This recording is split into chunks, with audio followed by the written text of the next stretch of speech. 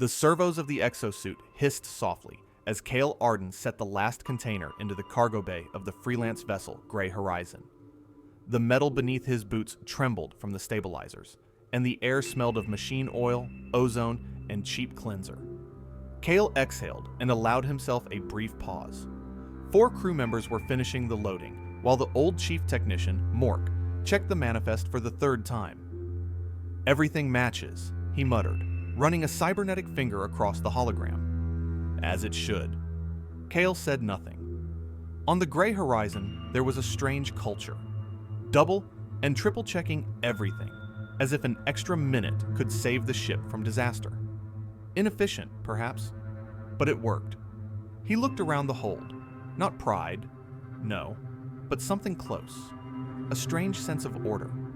A small spark of satisfaction in a world where he no longer expected to feel anything. "Take the suits off," Mork barked. "Showers and then mess hall.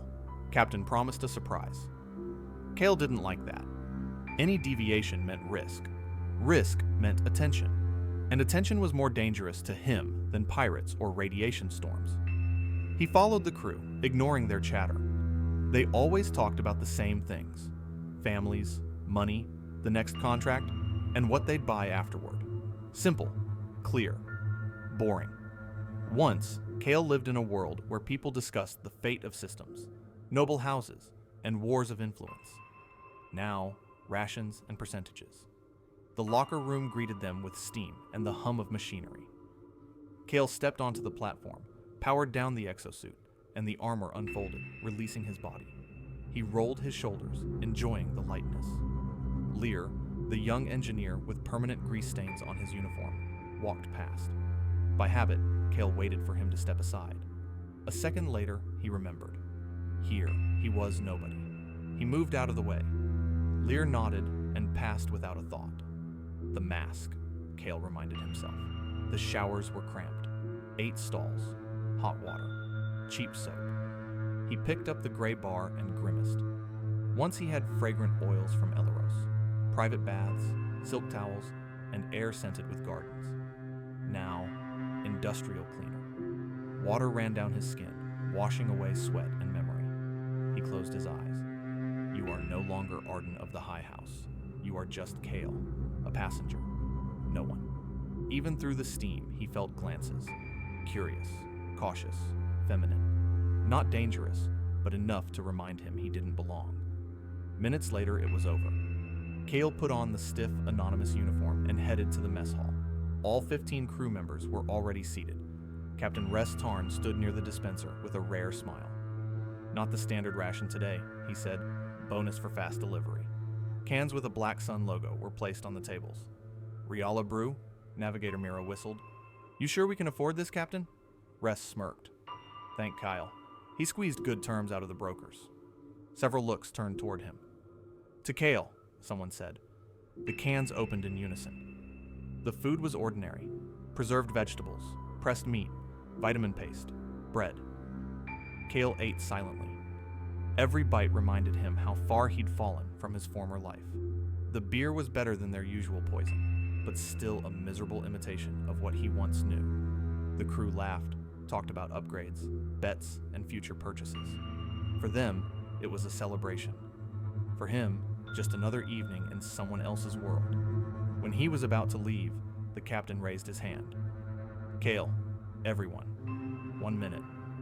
The noise died. Ress folded his arms. "We got an offer." The silence thickened. "Smuggling?" someone asked. "Yes," the captain replied calmly. "But not filth. No drugs. No bioware." He nodded to his deputy. "Weapons," Mira said. "Sidearms. Automatics. Plasma. 10 large crates." Someone cursed under their breath. "That could arm a garrison," Mork muttered. "They pay well," Ress continued. 2 million credits. A ripple went through the room. "Risk," Lear said. "Patrols. Pirates. And a chance to live better," Mira countered. Slowly, all eyes turned to Kael. He felt it before he saw it. "Your take?" the captain asked. Kael didn't answer right away. He thought about the coordinates already hidden in the contract, about the Laster region, the border systems, the roads back toward his past. "We take it," Kael said at last. "No ammo means lower risk. The client's in a hurry. That means leverage. I'd push the price to 2.5. Ress narrowed his eyes. "Haggling is dangerous."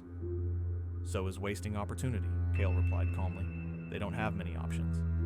Silence lingered. "Vote," the captain said. A minute later, it was clear. The majority agreed. Ress nodded. "Then our next course is set." Later, in his tiny cabin, Kael powered up the terminal. The pale screen lit his face. He opened the navigation charts, tracing routes. Laster, border zones, free nodes, gray markets. It was a risky move, but he had no other roads left. He knew he was using the ship, the crew, the captain, and still a cold thought echoed inside him. For them, it's work. For me, it's return. Kael Arden leaned back in his chair. Somewhere far beyond 100 jumps, people would soon begin to search for him, and the gray horizon slipped quietly out of orbit, unaware that it carried not just cargo, but a man without a past and with a very dangerous future.